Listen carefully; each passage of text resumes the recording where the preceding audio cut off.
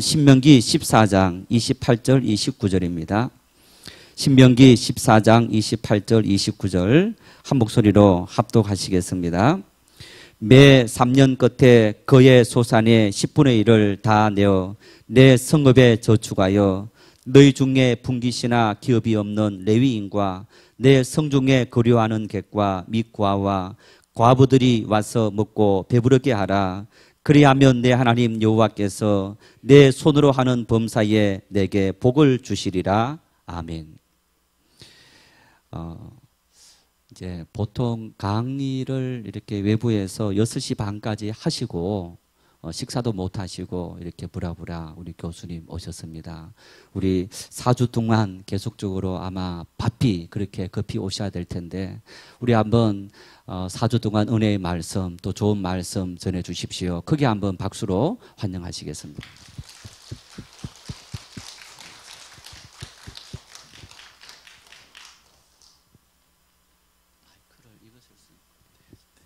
파워포인트를 좀 넣어주시면. 예, 이거 PPT 나올 동안 제가 사과의 말씀을 드리겠습니다. 제가 6시 20분에 떠나서 보니까 7시 반에 도착하는 걸로 되어 있는데 여기에 7시 47분쯤 도착을 했는데 이 안에서 계속 돌았습니다. 또 유턴해라 또 유턴해라 막 그래서 이 내비게이션이 작동을 안 한 것 같습니다. 여기까지 다 왔는데도 계속 다시 또 돌으라 그러고 막 그래서 우리 부목사님이 나오셔서 저를 이렇게 인도해 주시지 않았다면 아마 못 올 뻔했습니다. 목사님 이거 좀 바꿔주실 수 있으세요?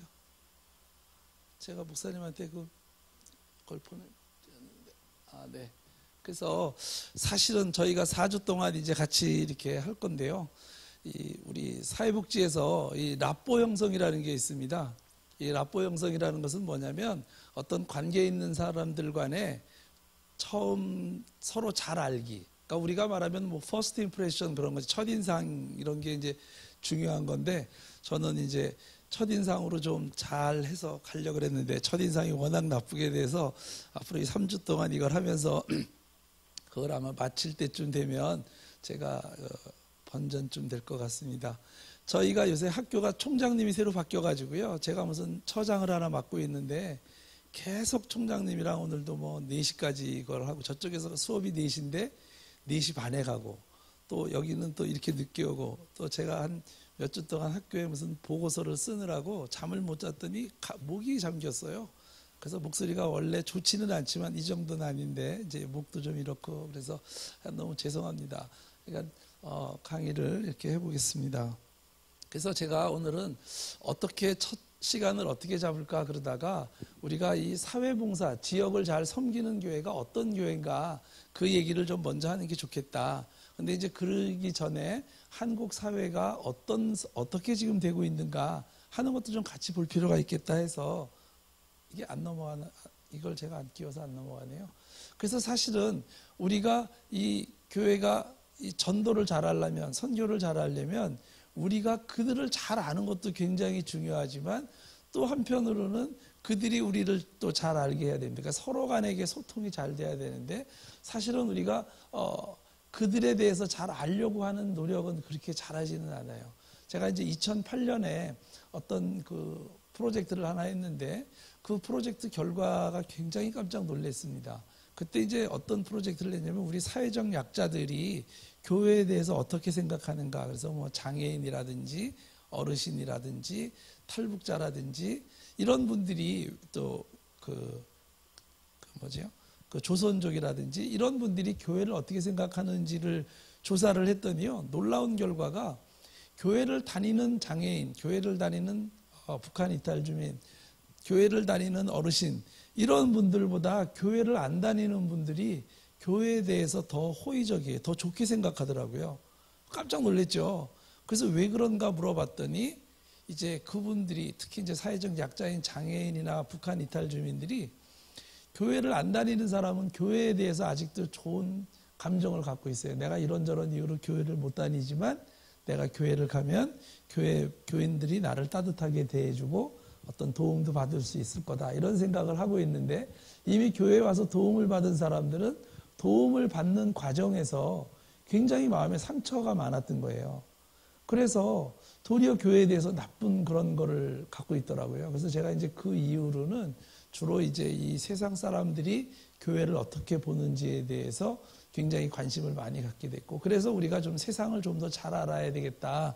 그래서 이제 이 얘기가 이제 나오고, 교회에 대한 얘기도 같이 이렇게 여리고 입구에서 바라본 뭐 가나안 점령, 그래서 가나안을 점령하기 전에 여리고성에서 이제 이렇게 보는 얘기. 그 다음에 이제 그 세상, 제가 급해가지고 이걸 이 리모트를 안 꺼가지고요. 사람들은 교회를 뭐라 그러지? 이렇게 이제 이런 얘기들을 좀 먼저 했습니다. 그래서 좀 세상을 우리가 좀 잘 알아야 되겠다. 그래서 지금 현재 세상이 그럼 어떻게 돌아가고 있는가를 제가 몇 가지로 짧게 정리를 했습니다. 제일 첫 번째가 너무나 잘 아시는 거지만 저출산 고령화 사회입니다. 그러니까 우리 사회가 세계의 유례가 없이 이렇게 아이고, 너무 빨리 갔는데요.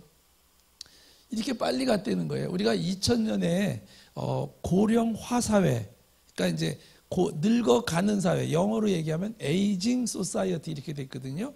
2000년에 에이징 소사이어티인데, 이 에이징 소사이어티라는 거는 이제 유엔에서 정의를 내려서 전 세계가 같이 쓰고 있는데요. 65세 이상 되신 분들이 전체 국민의 7%가 될 때 우리가 영어로 에이징 소사이어티, 우리말로 고령화 사회 이렇게 되는데, 우리가 2000년에 고령화 사회가 됐어요. 그 다음에 이제 2018년이 되면 이제 2년 후면 고령 사회, 이제 에이지드 소사이티, 늙은 사회가 되는 거죠.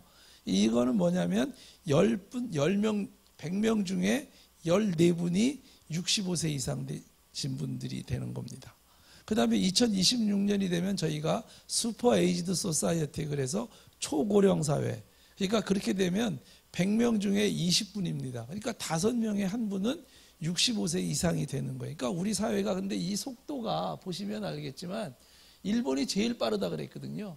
그래서 고령 사회에서 고령화 사회가 되는데 12년이 돼가지고 세계가 깜짝 놀랐어요. 불란서 같은 데는 막 100년씩 걸렸거든요, 이게. 근데 저희는 8년 있으면 이렇게 되는데 사실은 더 빨라질 거다 이렇게 됐댔어요. 그런데 이제 최근에 우리 사회에 어떤 현상이 일어나냐면 젊은 사람들이 조금씩 들어오기 시작한 거예요. 누가 들어왔냐면 다문화 사회, 이 외국 사람들, 외국 여성들이 우리나라에 결혼하러 많이 오게 된 거죠. 저희가 어렸을 때, 제가 지금 올해 60인데요. 저희가 어렸을 때 학교에서 뭘 배웠냐면 대한민국 자랑거리가 2가지 있다 이렇게 배웠어요. 아마 자랑할 게 없어서 그랬던 것 같아요. 하나는 뭐냐면 푸른 하늘. 그래서 저는 대한민국만 푸른 줄 알았어요. 푸른 하늘이 자랑이라 그래서. 또 하나는 단일민족. 우리나라는 단일민족이다. 그래서 제가 이제 30년 전에 유학을 가가지고 캘리포니아에 내렸는데요. 샌프란시스코에 내려서 하늘을 쫙 보니까 엄청 파랗더라고요. 그래서 우리나라가 하늘이 최고로 그렇다는 거는 이제 속된 표현으로 뻥이었구나. 자랑할 게 없어서 그랬구나. 이제 그랬고요. 단일민족 자랑을 막 했는데 제가 이제 박사하고 20년 전에 이렇게 와보니까, 21년 전에 와보니까 이제 다문화 얘기가 조금씩 나오기 시작하더라고요. 그러니까 이제 더 이상 우리가 단일민족이라는 말로는 살아갈 수 없는, 경제적으로 모든 면에서 이제 살아갈 수 없는 그런 사회가 된 거죠. 그래서 하여간 우리가 이렇게 늙어가고 있다. 그래서 옛날 같으면 저도 기억이 생생한데 예순 나신 분 보면 저분이 이제 다 되셨구나, 이제 무슨 낙으로 사실까 그랬는데 어느 날 제가 60이 됐더라고요. 그래서 주위에다가 말도 잘 안 해요. 창피해서 말도 안 하고요. 60은 뭐 이제 애잖아요. 그래서 우리 사회의 약간 제일 큰 첫째는 늙어가는 사회다. 그래서 사실은 나이 드신 거를 자랑 못하는 막 여러 가지 사회가 나라가 늙어지면 어떡하냐 뭐 이런 얘기 때문에 나이 드신 분들이 굉장히 좀 이렇게 위축되어 있는 삶을 살죠. 이게 좀 시간이 되면 좀 많은 얘기를 할 텐데 한 이 정도로 얘기를 하겠습니다. 그 다음에 우리 사회의 또 큰 특성 중에 하나가 뭐냐면요. 좀 넘겨주시죠. 예, 이겁니다. 여성의 지위가 향상된 거예요. 그래서 이게 지금 교회에서 좀 보이기에는 좀 부도덕해 보이죠? 61년 이게. 근데 1961년이 뭔데 이렇게 61년을 크게 써놨는지 혹시 아세요? 지금 우리 사회에 여성의 지위가 굉장히 높아졌습니다. 뭐 여기 좀 연세 드신 분들은 아마 그러실 거예요. 저희 어머니가 돌아가시기 전에 항상 그러셨어요. 나 다시 한 번만 태어나서 살아봤으면 좋겠다.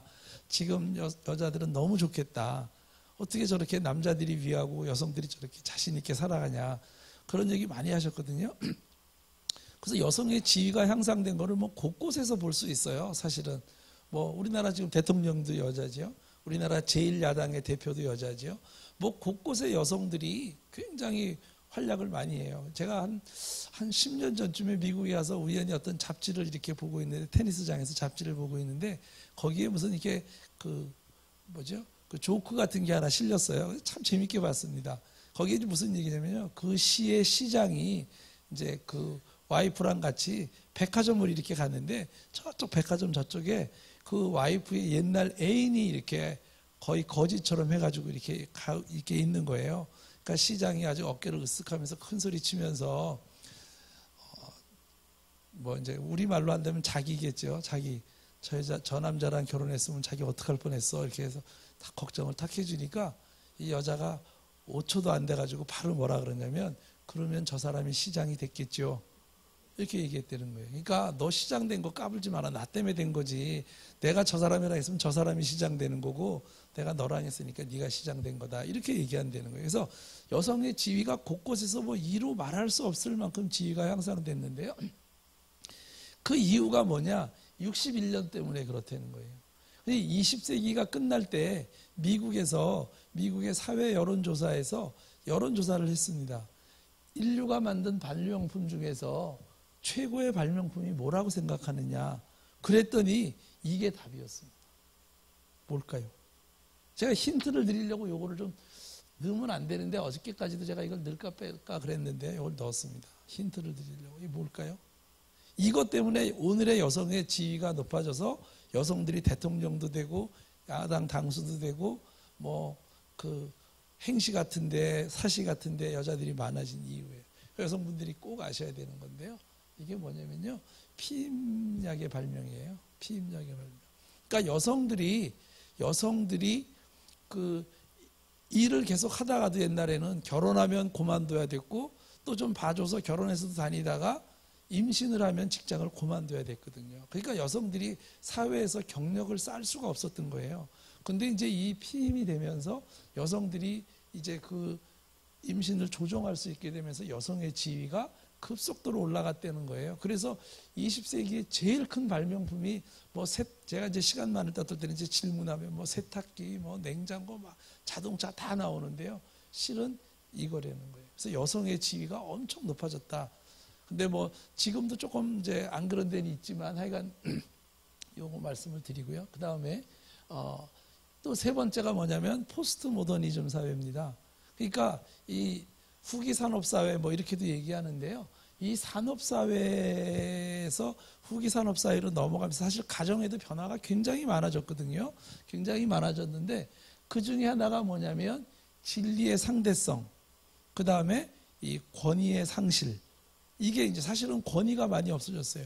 제가 어렸을 때 교회 다닐 때에는 막 이렇게 뛰어다니다가도 이제 장로님이 야, 뛰지 마 그러면 굉장히 그게 무겁게 다가왔거든요. 근데 지금은 잘 그런 일도 없고요. 뭐 전철 타보시면 알겠지만 젊은 애들 뭐 눈에 잘 마음에 안 들잖아요. 근데 그 얘기 이제 할 수 없을 정도로 이 사회의 권위가 곳곳에서 없어졌는데, 그래서 이 그림이 참 재밌습니다. 이게 뭔지는 아시죠? 아시죠? 레오나르도 다빈치가 그린 모나리자잖아요. 근데 이게 뭐를 상징하는지를, 이게 지금 1503년에서 1505년에 그려졌어요. 그런데 이게 1919년, 1977년, 1945년, 1979년 이렇게 나왔는데 이게 뭐를 의미하는지 혹시 아세요? 이게 뭐를 의미할까요? 감히 이 다빈치가 그린 그림을 다른 사람들이 모작을 할 수가 없는 거예요. 이 사람의 권위 때문에. 근데 이제 20세기가 되면서 야, 그거 뭐 모나리자 너만 그리냐? 나도 좀 색다르게 한번 그려보겠다. 그래서 20세기에 들어와서 이제 이런 모작들이 나타나기 시작하는 거예요. 그러니까 누구라 그래서 이제 그 사람의 권위를 인정해서 우리는 거기에 범접을 못하고 이러는 시대가 없어졌다는 거죠. 이게 현대사회의 특성 중에 하나예요. 그래서 교회도 가만히 보면 제가 어렸을 때에는 우리 어머니가 뭘 맛있는 거를 만들면 꼭 이렇게 먼저 해서 목사님 갖다 드리고 오라고 그래서 목사님 갖다 드리고 와서 먹고 그랬거든요. 지금은 아마 그런 교회는 거의 없는 것 같아요. 물론 목사님 모시고 식당은 가지만 뭐를 만들었을 때 이렇게 갖다 드리고 그런 건 없어졌어요. 그러니까 목사님에 대한 권위도 이전과는 많이 바뀌었다. 장로님의 권위도 많이 바뀌었다. 이게 이제 현대 사회의 큰 특성 중에 하나라는 거죠. 그 다음이요. 그 다음에 보면 이 머니 오리엔티드의 결과, 그러니까 잃어버린 삶의 기쁨. 그러니까 최근에도 어떤 대학교 교수가 뭐 학교에서 좀 불미스러운 일이 있다 그래서 소환 그걸 받으니까 15층에서 떨어져서 자기 삶을 마감했잖아요. 그러니까 사람들이 조금만 외부의 충격을 받으면 그냥 삶을 그만두는 거예요. 그러니까 이 삶의 기쁨도 없고 이 자기 생명의 소중함도 많이 잃어버렸어요. 근데 그게 왜 그러느냐? 이 머니 오리엔티드 때문에. 뭐 그래서 우리가 많이 그러잖아요. 뭐니 해도 머니가 최고다. 그래서 다 머니예요. 그러니까 머니가 많은 사람은 벌어보니까 별거 아니더라 이렇게 얘기해요. 근데 우리들은 다 그러잖아요. 그러니까 별거 아니라도 한번 벌어봤으면 좋겠다. 근데 많이 번 사람은 다 그렇게 얘기해요. 그거 벌어보니까 별거 아니더라. 근데 없는 사람은 굉장히 또 돈 때문에 고민을 해요. 그래서 사실은 우리가 삶의 기쁨이 뭔지에 대해서 정확하게 잘 모르고 있는 거예요. 제가 그 미국 유학 갔을 때 김동호 목사님이 그 설교한 거를 이제 제 친구들이 설교 테이프를 계속 보내줬어요.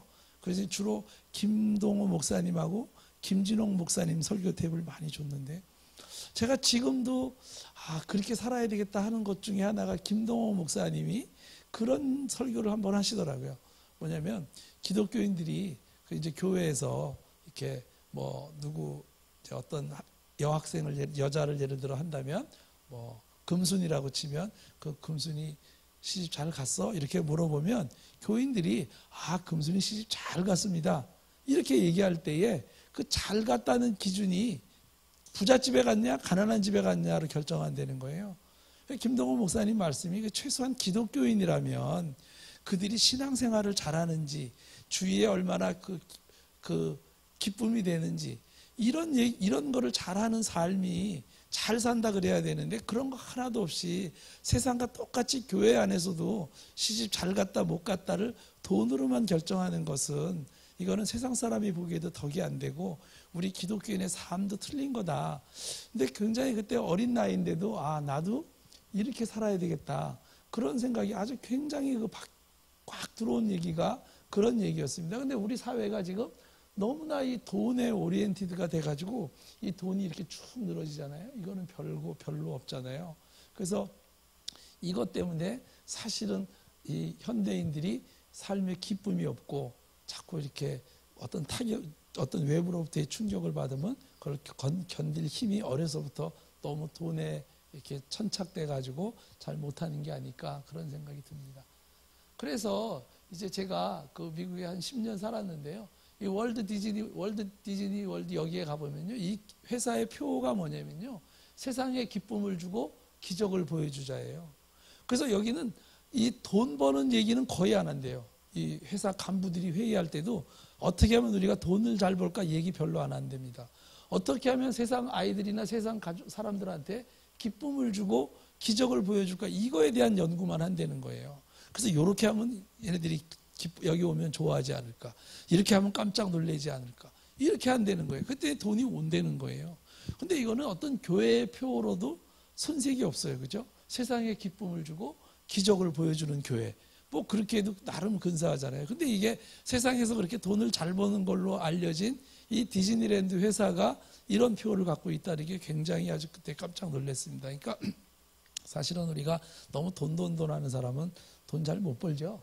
근데 하여간 이 현대 사회에서 잃어버린 삶의 기쁨, 너무 기쁨이 없는 거예요. 어디가 돼요.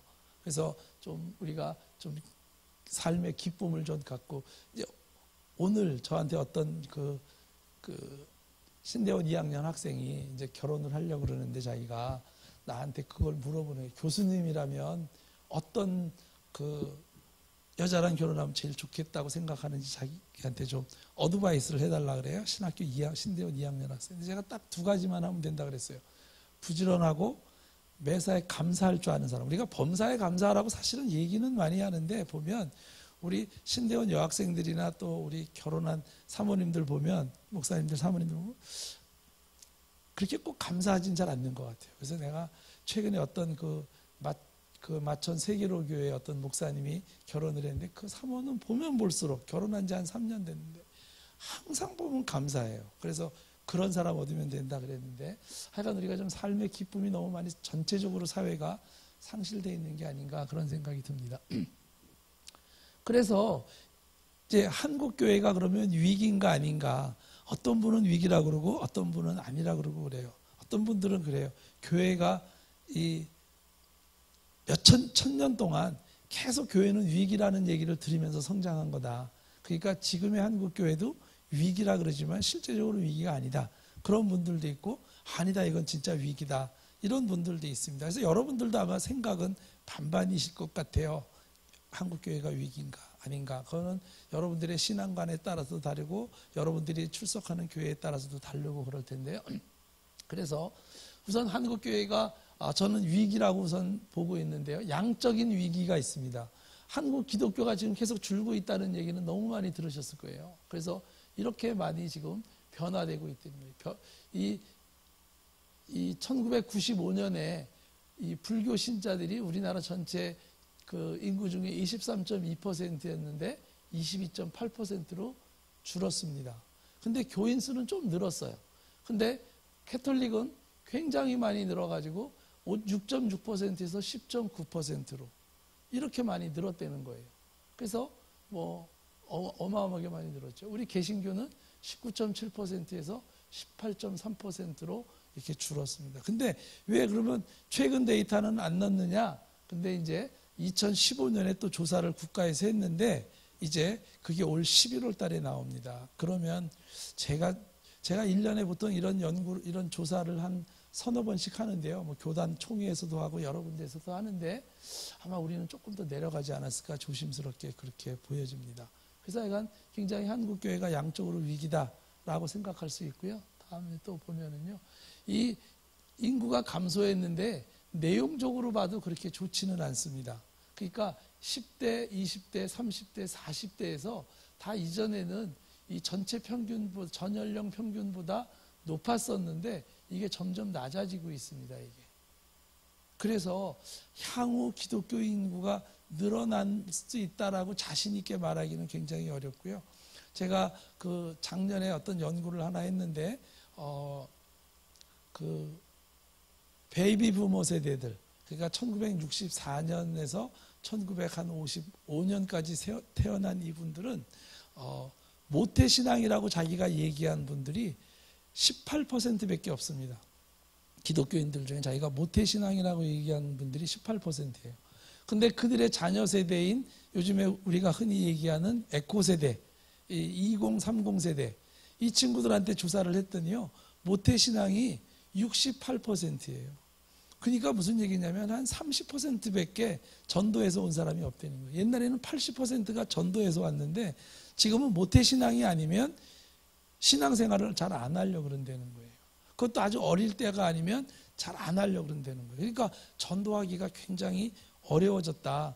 이제 이거를 갖다가 반증하는 거죠. 그래서 이 양적인 면에서의 문제도 있고 이 감소됐지만 그 감소의 질도 굉장히 안 좋다. 이렇게 볼 수 있습니다. 네. 그 다음에 이제 수평 이동이 굉장히 많아졌다. 그래서 수평 이동을 하는 이유가 사실은 큰 교회로 주로 많이 가거든요. 수평 이동을 하면 큰 교회에서 작은 교회 오는 분보다는 작은 교회에서 큰 교회를 많이 가요. 근데 그 이유 중에 하나가 뭐냐면 익명성이 보장되니까 내가 누군지를 잘 모르니까 신앙생활하기가 편하다고 생각하는 거고요. 헌금도 좀 덜 해도 되고 이제 저희 처남도 한 분 계신데 의사인데 어느 순간 큰 교회로 옮겼더라고요. 그래서 내가 아니 형님 왜 옮기셨냐 그랬더니 교회에서 너무 불편하다. 자꾸 뭐 헌금 내라 그러고 뭐 하라 그러고 그래서 갔다는 거예요. 제 주위에서도 그걸 봤어요. 제가 이제 제 잘못도 있죠. 그죠? 이렇게 돼서 이런 거를 미국 사람들은 처치고다. 크리스찬이라는 말을 안 하고 그저 교회 다니는 사람.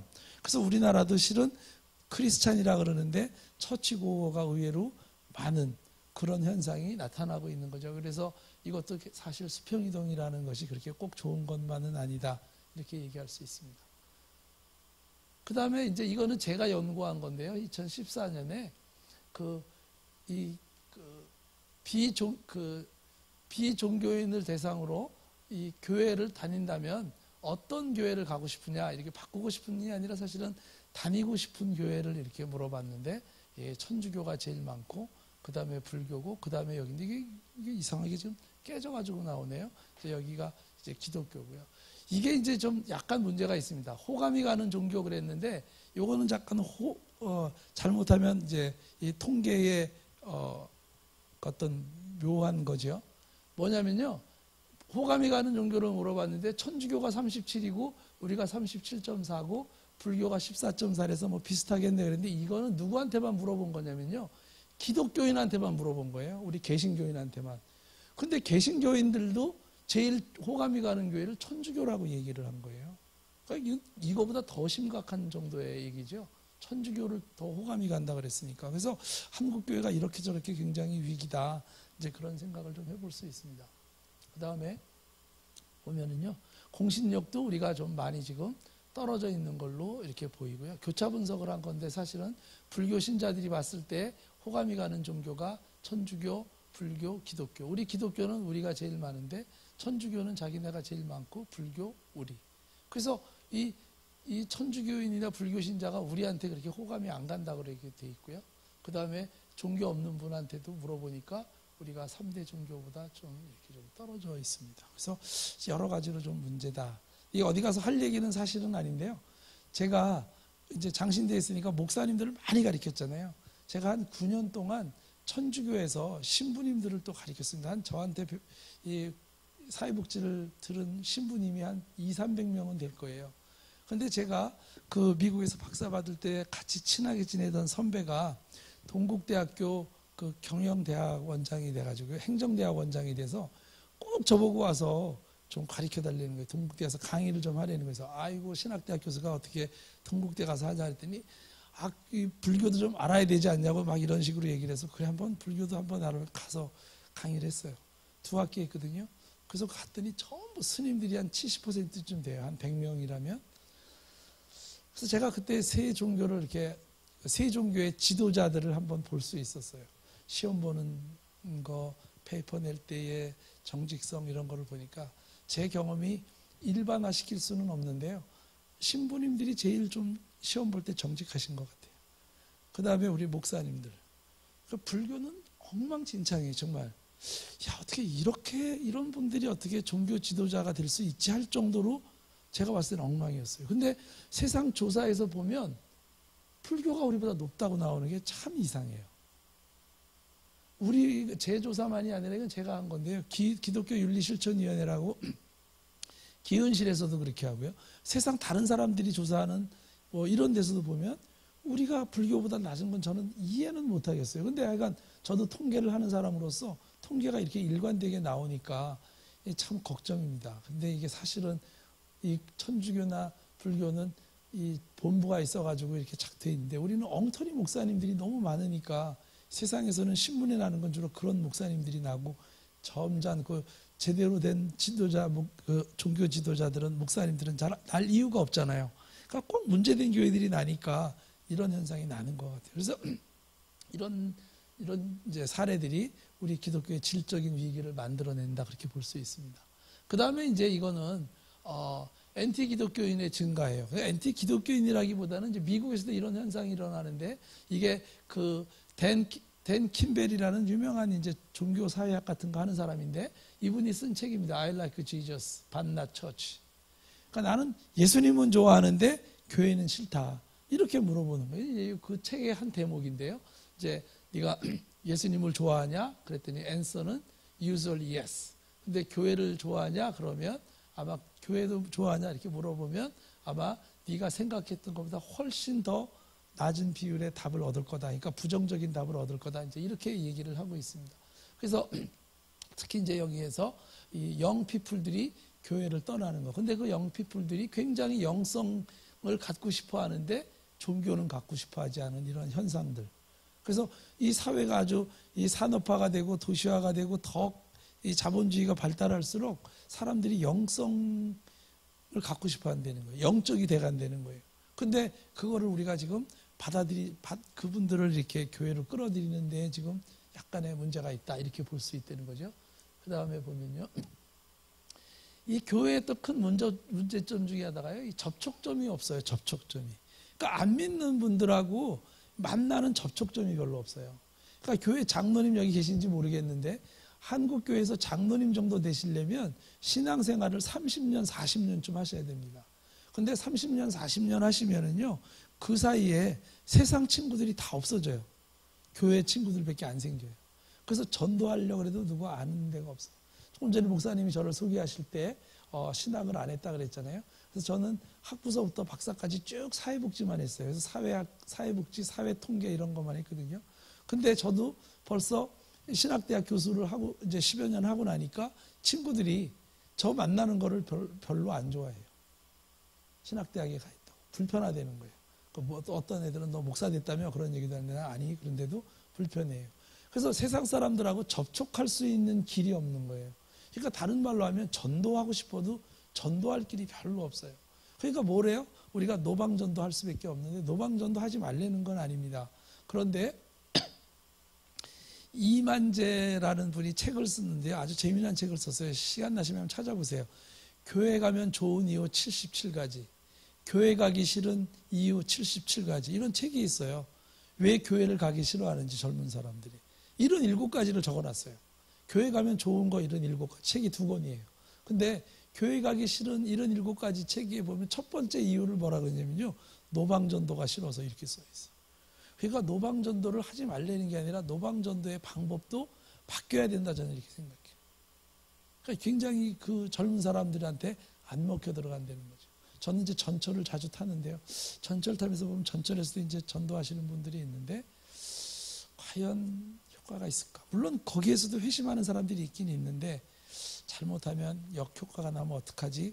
그런 생각이 들 때가 있습니다. 근데 하여간 이 불교가 요새 히트를 친 것 중에 하나가 이 템플스테이라는 거를 만들어 가지고요. 거기다가 요즘 사람들이 건강에 대한 인식이 굉장히 높아졌잖아요. 그래서 절밥 뭐 이런 게 막 인기가 높아진 거예요.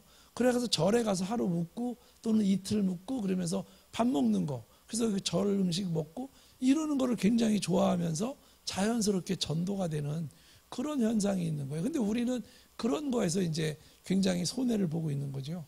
그래서 다음 장을 넘기시면 이제 이 커밍아웃이라는 얘기를 했는데요. 리차드 허드슨이라는 사람이 무슨 얘기를 하냐면요. 미국 사람, 이 사람은 영국 생물학자인데 미국 사회에다가 맨날 그런 얘기를 해요. 비기독교인이요, 커밍아웃 해라. 그러니까 미국 사회가 너무 기독교 국가적이라서 안 믿는 사람도 자기가 안 믿는다는 얘기를 잘 못하는데 니네 안 믿는 신자라고 떳떳이 말해라. 맨날 그런 얘기를 막 해요. 그래서 저는 참 고약하다, 내가 그렇게 생각했는데 어느 날 생각하니까 우리 기독교인도 커밍아웃을 잘 안 하더라고요. 내가 기독교인이다라고 세상에 나가서 자신 있게 말하는 사람이 많지 않아요. 사업 때문에 뭐 여러 가지 이유로 내가 기독교인이라고 말하면 기독교인다운 삶을 살아야 되는데 그게 자신이 없으니까 말을 안 하는 거예요. 그래서 옛날에는 그냥 이렇게 썼댔는데 우리 그 젊은 목사님이 이 그림을 하나 따가지고 줬어요. 이거를 하면 좋을 것 같습니다. 여기. 이게 뭐예요? 지금 남자 여자가 데이트하는 거예요. 데이트하는 거. 지금. 근데 너 교회 다니냐? 근데 자신 있게 나 교회 다녀 이래야 되는데 그래 나 교회 다녀 그러려면 데이트하는 게 좀 달라야 되잖아요. 세상 사람들과 구별된 데이트를 해야 되잖아요. 그러니까 말을 잘 못하고 뭐 이렇게 멀버무리는 지금 한국 기독교인이 딱 요 상태라는 거예요. 그래서 정말 이제는 한국 기독교인이 커밍아웃 해야 될 때다. 저는 이제 이렇게 생각해요. 그러니까 커밍아웃을 안 하니까 전도할 수가 없는 거예요. 그 어느 날 뭐 한 10년 사귄 친구가 나중에 너 교회 다녔어? 나도 교회 다니는데 이랬다는 일들이 지금 많이 일어나잖아요. 중고등부 학생들한테 니네 학교에서 성경 읽냐? 안 읽는다는 거예요. 왜 안 읽냐? 공부가 너무 힘들어서. 저희 때도 힘들었어요. 근데도 우리는 고등학교 때 성경 같이 꺼내서 성경 읽기도 하고 기도회도 하고 그랬거든요. 지금 애들은 공부 때문에 안 하는 건 아닐 거예요. 내가 기독교인이라 그러면 혹시 왕따 당할까 봐. 또 내가 기독교인다운 삶을 살아야 되는 거에 대한 부담. 그러니까 사실 그 거룩한 부담감을 즐길 수 있어야 되는데 그런 훈련이 안 돼서 이제 이렇게 접촉점이 없는 거죠. 기독교인의 커밍아웃이 없기 때문에. 그 다음에 이제 이겁니다. 여기 제가 오늘 오면서 여기서 많이 헤매가지고요. 이 레미안을 다 돌아다녔어요. 다 돌아다녔어. 근데 제가 아마 들어가 보진 않았지만 여기에 들어가서 전도하려고 그러면 전도 못 할 거예요. 옛날에 제가 어떤 도서관에서 책을 봤는데요. 전도의 세 가지 과정 뭐 이런 게 있더라고요. 그 옛날에 전도 책이에요. 그게 전도를 어떻게 하는가 봤더니요. 문을 두들긴다. 다리를 집어넣는다. 이렇게 돼 있어요. 그 이제 전도하려고 그럴 때 문 닫을 것 같으니까 다리를 집어넣는다는 거예요. 문을 못 닫게. 그래야 이제 말씀을 전하니까. 근데 지금은 문을 두드릴 수가 없잖아요. 아파트 입구부터 비밀번호를 쳐야만 들어가게 되니까 우리가 접촉점이 없는 거예요. 비기독교인과의 접촉이 사실은 원천적으로 봉쇄된 거예요. 그래서 제가 불신자들을 만나기 어렵고 도방전도하기 어렵고 아파트 출입이 제한되고 그러니까 어떻게 전도를 할 수 있을까? 이게 지금 한국교회가 풀어야 될 과제 중에 하나예요. 그렇다고 우리가 매번 비밀번호를 다 적어놓고 있다가 들어갈 수도 없는 거고 그렇게 들어가면 더 화를 내니까 이걸 어떻게 할까? 이게 큰 고민입니다. 그 다음에 여성교인들의 상대적 헌신 부재. 이거는 남자보다 헌신이 적대는 게 아니라 과거에 비해서. 지금도 여성들이 헌신을 훨씬 많이 하죠. 근데 여성분들의 헌신이 이전보다는 많이 줄어드는 거예요. 옛날에는 예를 들어 이 정인교회에서 어떤 권사님의 딸이 사법고시를 붙었다. 그러면 뭐라 그래요? 교회에서? 뭐라 그럴 것 같아요? 그 권사님 남편은 장로님인데 그 자녀 중에 한 사람이 사법고시를 붙었다. 또는 아니면 어떤 회사의 대기업의 이제 사장이 됐다. 아니면 임원이 됐다. 그럼 뭐라 그래요? 대부분? 이렇게 얘기합니다. 그 엄마가 기도 많이 하더니 또는 그 권사님이 기도 많이 하더니 잘 됐다 그러지 그 장로님이 기도 많이 해서 잘 됐다. 그런 얘기 제가 60년 동안 교회 다니면서 못 들어봤어요. 그 장로님이 기도 많이 하더니 잘 됐네? 그런 얘기 없어요. 다 권사님이 기도 많이 하더니 엄마가 기도 많이 하더니 그렇게 얘기하거든요. 근데 그 엄마들의 기도가 줄어들었다는 거예요. 여성들이 이 교회 헌신이 상대적으로 줄어들었대요. 이거 지금 뭔지 알겠죠? 맹모삼천 얘기거든요. 맹모삼천 얘기.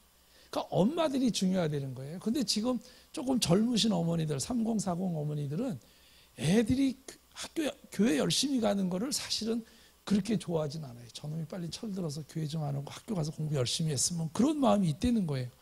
또 장모님 자식들도 그 권사님이 야 교회 좀 그만 오고 공부 열심히 해서 대학교 간다며 와 이럴 수 있다는 거예요. 그런 것들이 누적이 돼서 이제 한국교회가 위기가 온 거죠. 그래서 여성분들이 다시 이전처럼 어떻게 헌신을 다시 하게 할 수 있을까?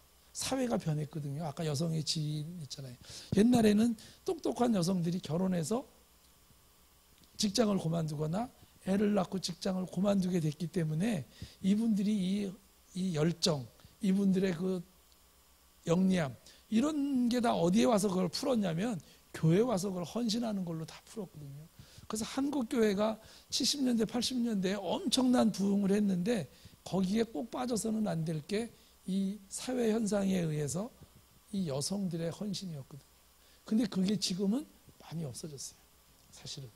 왜 그러냐면 교회에만 오면 봉사하려고 그러면 식당으로 가라 그러는 게 싫은 거예요.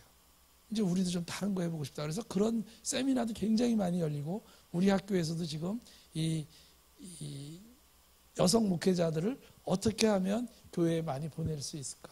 여성 목회자들이 또 특히 이제 전도사 이렇게 젊었을 때에 임신하면 그걸 우리 학교가 어떻게 지원을 해줄까? 오늘도 이제 그 회의를 하고 왔습니다. 그래서 여성 어린 전도사님이 임신을 하면 우리 학교에서 대체 인력을 보내는 그런 지금 계획을 짜고 있거든요. 그래서 여성들이 하여간 많이 세상이 변했는데 어떻게 그분들의 지위가 변화됐고 그들의 인식이 변했는데 교회에서 어떻게 하면 그분들이 다시 헌신하게 만들 수 있을까? 저는 모든 교회가 부흥하는 데 있어서 절대적인 거는 여성분들이 다시 교회에 와서 이전처럼 헌신할 수 있도록 만드는 거 그게 제일 중요하다라고 생각합니다. 예. 시간이 많이 가서 제가 늦어서요. 그 다음에 이제 심화되는 개교회주의. 이 하워드 스나이더라는 사람이 이 교인을 두 가지로 분류했어요. 하나는 처치 피플, 하나는 킹덤 피플, 하나는 교회 백성, 하나님 나라 백성. 그래서 미국 교회가 지금 이렇게 쇠퇴하는 가장 큰 이유는 너무 교회 백성으로 양육하기 때문에 그렇다는 거예요. 하워드 스나이더라는 선교학자가. 근데 제가 미국에서 10년 살았고 미국에서 온 지 21년 됐는데 매년 미국에 무슨 연구차 세미나 이렇게 가거든요. 그럼 미국 교회를 가요. 저는 가보면 우리보다는 더 하나님 나라 백성으로 잘 양육하고 있는 것 같아요. 근데 거기서도 이런 반성이 나올 때 한국 교회도 정말 좀 반성해야 되겠다, 그런 생각을 해봅니다. 그래서 이 개교회주의도 좀 심각하다, 이렇게 볼 수 있습니다. 그래서 그러면 이 섬김을 잘하면 어떻게 될까? 한국 교회가 왜 섬김이 꼭 필요할까? 저는 이제 그게 오늘 주제인데 사실은 이게 얘기가 많이 지나갔습니다. 그래서 이 섬김을 많이 하면, 이웃 섬김을 많이 하면 건강한 공동체가 형성됩니다. 여기 골프 하시는 분이 있는지 모르겠는데 저는 골프는 안 하는데, 골프하는 사람들이 골프를 잘 쳐서 이 비거리가 많이 나오게 하려면 이 나가려고 하는 원심력과 들어오려고 하는 구심력이 잘 될 때 비거리가 많이 난대요. 그러니까 교회도 이 교회 안, 우리 교회 교인들도 돌보고 이런 데에도 관심을 가져야 되지만 교회 바깥에 지역사회를 잘 돌볼 때 건강한 교회가 된다는 거예요. 어떤 분란이 있는 교회는요, 대부분 한쪽에 치우쳤을 때 분란이 많이 일어나요. 근데 이게 교회와 지역사회를 섬기는 이 밸런스가 맞는 교회는 분란이 거의 없더라고요. 제가 이제 교회 이런 거를 많이 다니고 교회 그 유형 분석도 많이 하고 그러는데 그런 교회는 별로 안 그래요. 그래서 이 섬김을 잘하면 이 교회 공동체가 건강해진다. 그게 이제 첫 번째입니다. 그래서 건강한 교회여야만 성장한다는 거거든요. 성장을 먼저 하려는 것보다. 두 번째는요, 복음의 접촉점입니다. 아까 우리가 접촉점이 없다 그랬잖아요. 이 이웃을 섬기는 게 죄송합니다. 이게 이웃을 섬기는 게 복음의 접촉점이라는 거예요. 여러분들 그 그레이스라는 영화 봤잖아요. 거기에서 보면 이 윌버포스라는 아주 영국의 불세출의 정치가입니다. 영국의 흑인 장사를 막은 아주 유명한 사람인데, 이 사람이 그때도 우리가 여기 정치하는 분이 계신지는 모르겠지만 정치는 좀 하여간 이렇게 좋은 건 아니었나 봐요. 이분이 이제 가서 그러잖아요. 존 뉴턴 목사님한테 가서 너무 의회가 썩어서 내가 신앙인으로서 그 의원 생활을 못하겠다, 그래서 그만두겠다 그랬더니 이제 이분이 거기가 바로 자네의 선교지다. 그러니까 거기서 기독교인답게 의정 생활을 해라. 그래서 이분이 그 역사적인 영국의 흑인 그거를 폐지하는 아주 역사적인 일을 하거든요. 그래서 이 복음의 접촉점을 만드는 거죠. 이 사람으로 인해서 사실은 미국 교회가, 영국 교회가 굉장히 성했거든요. 그리고 이제 그 호겐다이크라는 사람이 흩어지는 교회라는 책을 썼는데 거기에 보면 이 핵심은 이거예요. We must be gathered to be scattered. 헤어지기 위해서 모인다는 거예요. 교회에 모이는 이유는 뭐냐? 흩어지기 위해서 모인다는 거예요. 그러니까 교회에서 예배하고 영적으로 충만해진 다음에 나가서 지역사회를 섬긴다는 거예요. 기독교인답게. 그래서 흩어지는 게 우리 한 사람 한 사람이 다 교회라는 거예요. 그래서 흩어져서 세상 사람들한테 우리의 삶을 보여주고 그들을 돌보는 게 진정한 기독교인이다, 이렇게 얘기하거든요. 그래서 그렇게 해야만 접촉점이 이루어진다는 거예요. 야, 저분은 왜 저러냐? 왜 우리를 이렇게 잘 돌보냐? 그랬더니 저분 정인교회 교인이래. 그럼 정인교회 교인은 다 저러냐? 그럼 그 사람들은 예수를 믿는데. 그래? 그러면 예수가 뭐 정말 뭔지 나도 한번 예수를 알아보자. 그래가지고 정인교회에 와야만 그게 전도가 제대로 된다. 다른 접촉점이 별로 없기 때문에. 그래서 사실은 아마 목사님이 저를 제가 목사도 아니지만 저를 부르신 이유일 거라고 생각해요. 그래서 그래서 보니까 구세군 교회는요, 구세군 교회는 모든 구세군 교회 앞에는 다 이 표가 있습니다. 마음은 하나님에게, 손길은 이웃에게. 그러니까 항상 하나님을 향한 마음을 갖고 있지만 이 손길은 어려운 이웃한테 가야 되는 거예요. 그래서 구세군 교인이라는 게 요만큼밖에 안 되잖아요, 한국 사회에. 그런데도 이분들이 굉장히 우리 사회에 파워풀하잖아요. 구세군 자선 낭비하면 우리가 다 그 사람들한테 돈을 낼 때는 이 돈은 틀림없이 어려운 사람을 위해서 쓰여질 거라는 걸 알고 있잖아요. 이분들은 항상 마음은 이 하나님한테 있지만 손길은 이웃에게 이렇게 있는 거죠. 그래서 제가 맨날 이야기만 하니까 너무 좀 어떨 때는 좀 안 됐더라고요. 그래서 야, 이거 우리 교단에는 이런 게 없을까 하고 했더니 찾았어요. 하나가 있는데요. 이게 어느 교회냐면 여기서 가깝죠. 멀지 않죠. 누군지 아시겠죠? 손인웅 목사님이에요. 제가 3일 전에 손인웅 목사님이랑 저녁을 먹으면서 그 여러 가지 얘기를, 이웃 섬김에 대한 얘기를 많이 했는데요. 이 덕수교회도 이렇게 딱 돼 있더라고요. 하나님은 우리와 함께, 우리는 이웃과 함께. 그래서 이것도 괜찮다. 그리고 우리 교단이고 또 우리 교단에서 그래도 존경받는 어른이고 그래서 이제 이거를 집어넣습니다. 그래서 찾아가지고 손인웅 목사님 이제 은퇴하셨지만 지금도 굉장히 많이 활동을 하시죠. 그래서 우리가 이 복음의 접촉점. 그래서 이 복음의 접촉점 중에서도 이제 이 시넬인가요? 시네라. 예. 굉장히 많이 섬기잖아요. 아주 굉장히 똑똑하고 믿음이 굉장히 좋더라고요. 근데 그 오카는 목사님이 이런 그 책에 이런 얘기를 썼더라고요. 불신자들은 우리의 말을 듣고서가 아니라 우리의 사랑을 보고서 예수를 믿는다. 그러면서 그런 얘기까지 있어요. 세상 사람들이 귀를 막고 눈으로 기독교인과 비기독교인을 구별할 수 있다면 부흥은 저절로 될 거다. 근데 우리가 세상 사람들이 우리가 말하는 걸 듣고 저 기독교인이구나 이렇게 얘기해서는 안 된다는 거예요. 세상 사람들이 귀를 막고 눈으로 봤을 때 기독교인과 비기독교인을 나눌 수 있다면 교회는 부흥할 거다. 이거 무슨 얘기냐면 실천을 많이 하려는 거죠. 실천을. 그 얘기입니다.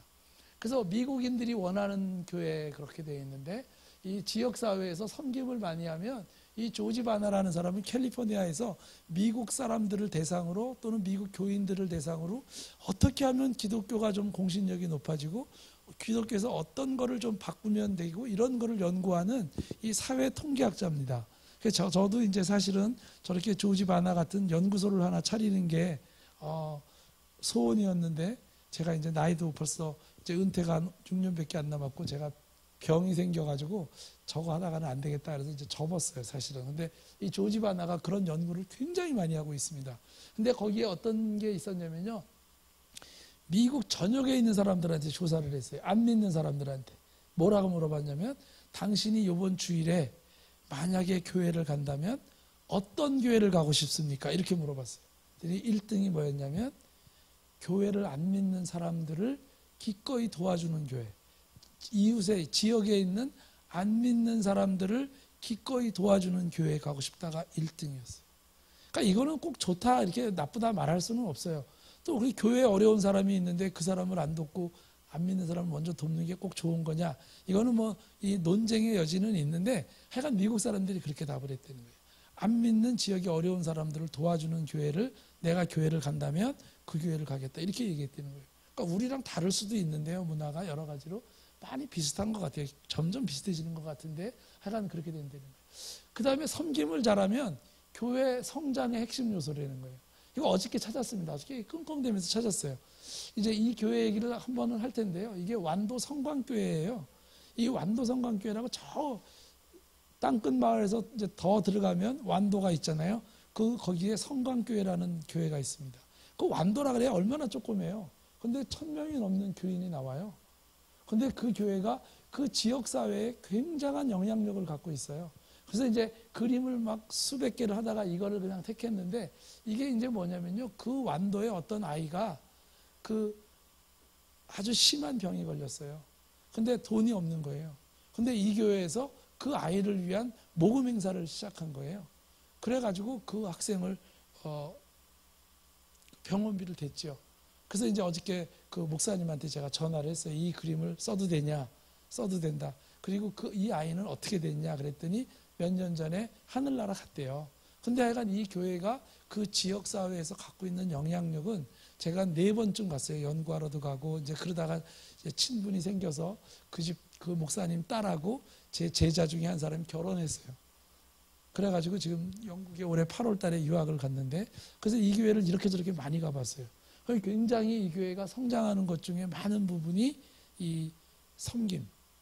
그래서 그 완도에서 막 뭐 복지관도 해라, 다문화 센터도 해라, 건강가정지원센터도 해라. 그래서 그런 걸 다 하고 있어요, 지금. 그래서 아주 교회가 가보면 액티브하고 다 사람들이 아주 이렇게 기쁨이 있고 그렇더라고요, 제가 봤을 때는요. 그래서 교회 성장을 하는데 섬김이 굉장히 중요하다. 저희 학교에 선교학과 교수님 중에 김영동 교수님이라고 있는데 오셨는지도 잘 모르겠어요. 근데 그분이 그런 얘기 하더라고요. 요즘에는 직접 전도는 되지도 않아. 간접 전도해야지. 그렇게 그 선교학과 교수님도 그렇게 얘기를 하시더라고요. 그래서 진짜 섬김이 중요하다. 이웃 봉사가 중요하다. 그런 얘기를 하시더라고요. 그래서 이제 이 그림을 하나 따온 겁니다. 그 다음에 우리 기독교인의 중요한 기독교인의 진정한 삶의 실현이다. 그러니까 기독교인들이 사실은 남을 위한 교회, 남을 섬기는 거, 이게 기독교인의 본질이 되는 거죠. 그래서 기독교는 사람을 위해서 신이 죽은 종교예요. 다른 종교랑 굉장히 다른 거죠. 이 신이 우리를 위해서 죽은 종교다. 그러니까 그 정도로 우리가 이웃을 섬기는 일에 열심을 내라는 게 이 십자가의 의미고요. 이 말이 그 말입니다. 다음 넘겨주시면 이 유명한 칼 바르트라는 사람이 있는데 진정한 기독교인은 하나님의 은혜의 즐거움에 빠진 자가 아니라 하나님을 위해 헌신과 봉사를 결심한 자이다. 이렇게 되어 있죠. 제가 지난 9월 말 10월 초에 미국 프린스턴 신학교에 무슨 세미나를 갔다가 그 마틴 루터 킹 기념탑이 생겼어요. 미국의 그 사이에. 그래서 거기를 갔었거든요. 그래서 이제 이렇게 봤더니 마틴 루터 킹이 그런 얘기를 했더라고요. 미국 교인들도 이 하나님 사랑에는 비만이고 이웃 사랑에는 빈혈이다. 이런 얘기를 했더라고요. 그러니까 미국도 그런 게 있나 봐요. 우리나라만 심한 줄 알았어요. 우리는 하나님 사랑 정말 잘하잖아요. 근데 이웃 사랑을 잘 못하는 게 약점이다 그랬는데 마틴 루터도 그런 얘기를 했더라고요. 마틴 루터 킹 주니어가. 그래서 이 진정한 기독교인이 어떤 기독교인이어야 하는가 하는 얘기를 좀 했고요. 그 다음에 아까 이제 잘 사는 얘기, 이제 김동호 목사님이 잘 산다 그런 얘기를 했는데 우리 그 신앙인의 성공적인 삶, 우리 기독교인이 성공적인 삶이라 그럴 때는 어때야 되는가? 이렇게 십자가를 막 올라가서 이런 트로피를 받는 것이 성공적인 삶인가? 그거는 아닌 것 같아요. 제가 한 5년 동안 이제 끝내겠습니다. 한 5년 동안 우리 그 서울에 있는 대학생들 대상으로 그 외국에 그 사회봉사를 시켜주는 회사가 있어요. 그래서 제가 그 회사에 그 전속 강사, 전임 강사로 이렇게 그 강의를 한 5년 했어요. 그래서 이제 어떻게든 좀 이게 말씀을 좀 전해야 되겠는데 거기서 이제 신학대학 교수가 왔으니까 제발 기독교적인 색채를 띠지 말아달라. 그래서 이제 한 2, 3년은 그렇게 하다가 이거 뭐 이렇게 할 필요가 있나 그래서 이제 학생들한테 성경 혹시 읽었냐? 그래서 성경에서 아는 사람 있냐? 그랬더니 대다수가 안 믿는 아이들을 대상으로 물어봤더니 안 믿는 사람들이 성경에 있는 인물 중에 두 사람을 좋아하고 잘 알더라고요. 하나가 누구냐면 배우는 학생들이라서 그런지 누굴까요? 솔로몬을 굉장히 좋아하더라고요. 잘 알고. 그래서 이제 그 지혜를 얻기 위해서.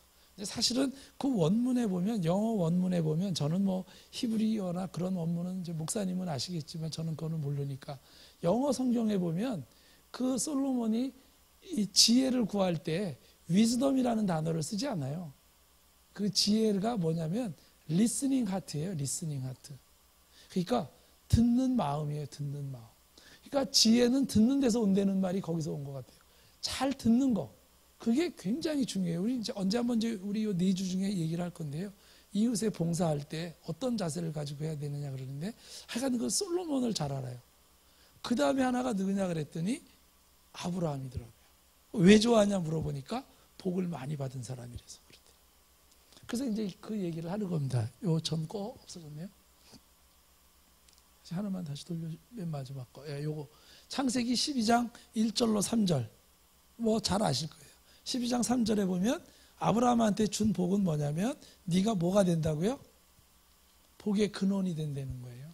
그러니까 네가 복을 많이 받아서 혼자 이만큼 끼고 있는 게 아니라 아브라함한테 복의 근원, 복의 유통업자가 되려는 거예요. 그러니까 이 기독교인이 많은 복을 받아가지고 아 진짜 내가 하나님의 은혜로 이렇게 부자가 됐다. 그거는 진정한 기독교인은 아니라는 거예요. 이 내가 갖고 있는 이 여러 가지 뭐 돈만이 아니라 여러 가지 재능들도 많이 있잖아요. 그런 거를 가지고 내 주위에 있는 사람들의 삶이 풍성하게 해줘야 되는 거예요. 그러니까 우리가 나중에 하나님 앞에 섰을 때 너로 인해서 다른 사람의 삶이 풍성해진 사람이 몇 사람이나 있느냐? 이것도 굉장히 중요한 심판의 한 크라이테리어다, 저는 이렇게 생각해요. 그래서 아브라함한테 준 복은 너 복 많이 받아라가 아니라 네가 복의 근원이 돼야 된다. 복의 유통업자가 돼야 된다. 좀 표현이 거칠을지 모르지만 이렇게 돼야 된다. 그래서 우리가 이제 이 지역사회 이웃 섬김을 위한 기본적인 얘기를 먼저 이렇게 오늘 한번 하고, 앞으로 이제 그거에 대한 조금 더 구체적인, 아마 목사님이 저를 부르셨을 때는 이 이웃 섬기는 거를 잘 해야 될 텐데 어떻게 하면 잘할 수 있을까를 저한테 이제 부탁한 것 같아요. 그래서 이제 여기까지 했는데요. 아까 제가 오늘 막 여기를 헤매기 때문에 기도회를 먼저 하신 것 같아서 제가 그냥 기도로 마치진 않고 특강을 했으니까 혹시 궁금하신 게 있으면 질문을 제가 받겠습니다. 질문이 있으시면, 궁금하신 점이 있으면 질문을 해주세요.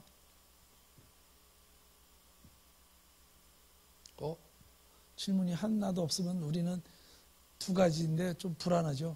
하나는 너무 잘해서 질문할 게 없다는 거 하나랑, 그따위 강의를 하고 무슨 질문을 유도하냐, 이거 두 가지예요. 없으세요? 네, 없으면 잠깐 기도하고 마치겠습니다.